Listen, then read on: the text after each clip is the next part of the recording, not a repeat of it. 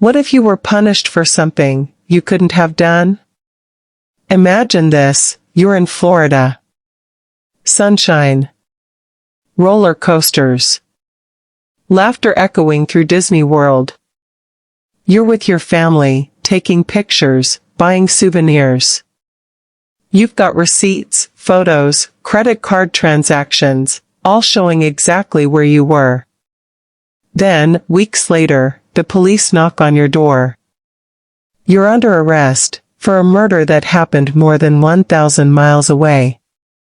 They say you left your vacation, flew to New York, pulled the trigger, and came back like nothing happened.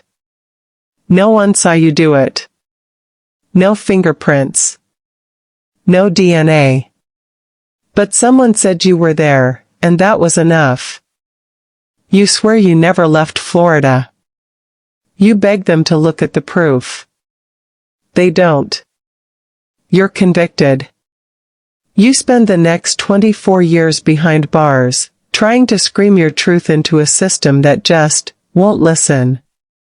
This isn't fiction. This is real. This is what happened to an innocent man. And what you're about to hear is how a man's life was shattered not by a bullet, but by a lie. Do you think this was justice, or a cover-up? Let me know in the comments. Because this story is going to make you question everything. Brooklyn. August 15, 1989. It was just after 10 p.m. when gunshots shattered the night on a quiet street in the Prospect Heights neighborhood. Witnesses said they heard yelling. Then a scuffle. Then, 4 shots. When police arrived, 22-year-old Darrell Rush was already dying on the sidewalk. 1 bullet in the chest. Another in the back. 2 more fired wildly into the night. The streets of Brooklyn were no stranger to violence in the late 80s, but this one felt different. No known motive. No known enemies. It was fast. It was targeted. And then, gone. As detectives questioned neighbors and bystanders, the story kept shifting. One witness claimed they saw a man in a dark hoodie running from the scene. Another said it was someone in a white tank top. Some heard 2 voices. Some heard just one. No weapon was found. No fingerprints. No surveillance. Just chaos and silence. But then, a name started circulating. Jonathan Fleming. Locals said they'd seen him around. He was no stranger to the neighborhood. Not a saint, but not a killer either. The problem? Jonathan wasn't in Brooklyn. He was in Orlando, Florida, on vacation with his mother and his friends. In fact, he'd been there for days. He had the photos. The plane ticket.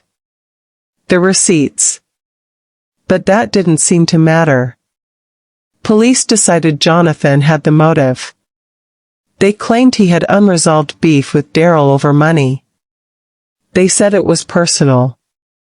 And just like that, he became their #1 suspect. But how does a man over 1,000 miles away become the prime suspect in a murder he couldn't possibly have committed? That's what we're about to uncover. If you're already hooked, hit that subscribe button, because the deeper we go, the darker this story gets. The knock on the door came 2 days after Jonathan Fleming returned home from Florida. Detectives didn't ask questions, they made accusations. You killed Darrell Rush, they said. We know you did it. Jonathan was stunned. He thought it was some mistake. A case of wrong identity. After all, he had just spent the entire week at Disney World with his family. He figured once he showed them the proof, they'd let him go. He was wrong. Despite airline tickets, photos from the hotel, and phone records placing him in Orlando, police arrested him and charged him with second-degree murder. The prosecution didn't care about the receipts. They had a theory, and they were sticking to it.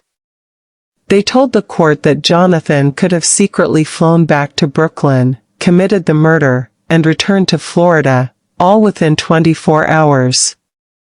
They didn't have evidence of that flight. No airline log. No witness at any airport. But that didn't stop them. Their case rested heavily on a single witness.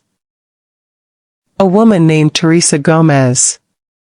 She took the stand and pointed her finger at Jonathan. "I saw him do it," she told the jury. It was the most damning testimony in the trial. Her word became the spine of the entire case. But what the jury didn't know was that Gomez was facing her own criminal charges. And she'd made a deal to reduce her sentence if she testified. Years later, she'd admit she lied. She was pressured, coached, manipulated. And the state let it happen. Even worse? Jonathan's defense presented hotel receipts showing he had paid his Orlando hotel bill on the day of the murder. But the court barely acknowledged it. And the jury? They never saw it. Critical alibi evidence was left out. Eyewitness testimony was shaky. The timeline didn't add up.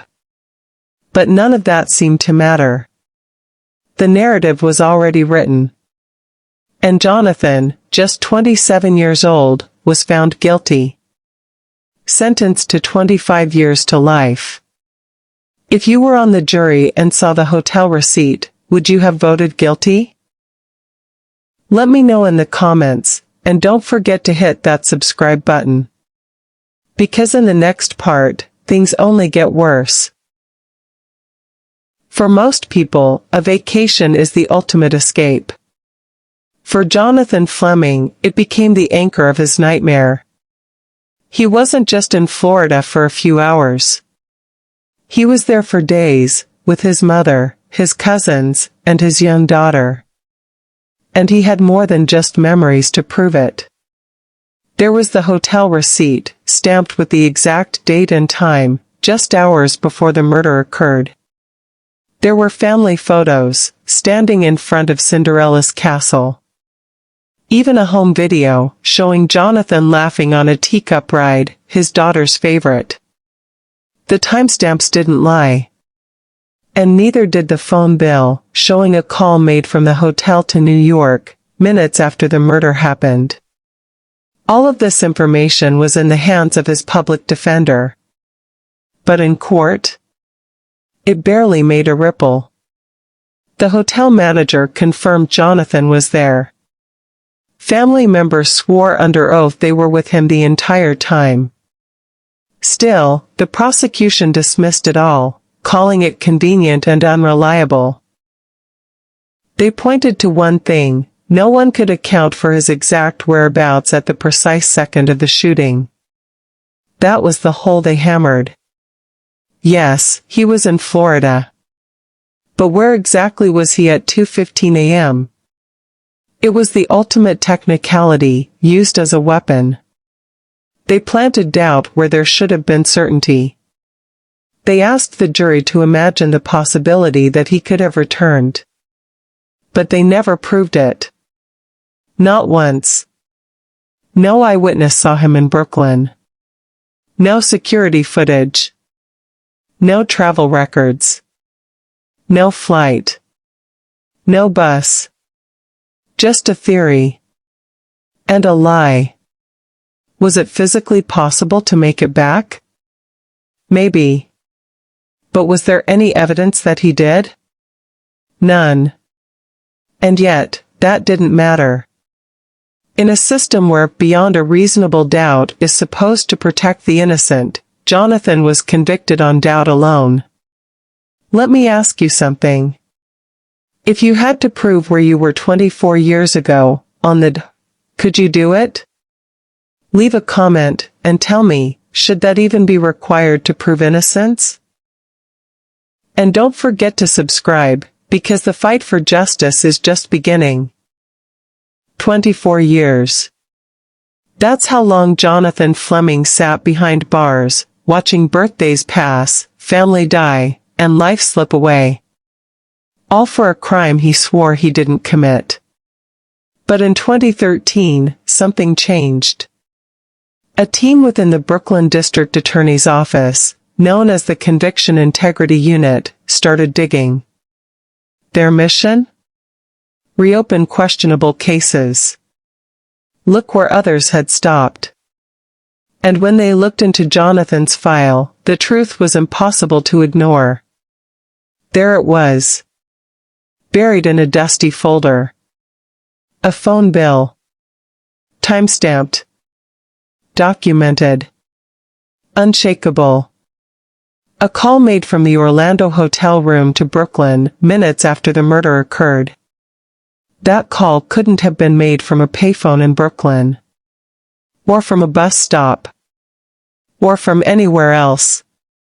Only one place. Florida.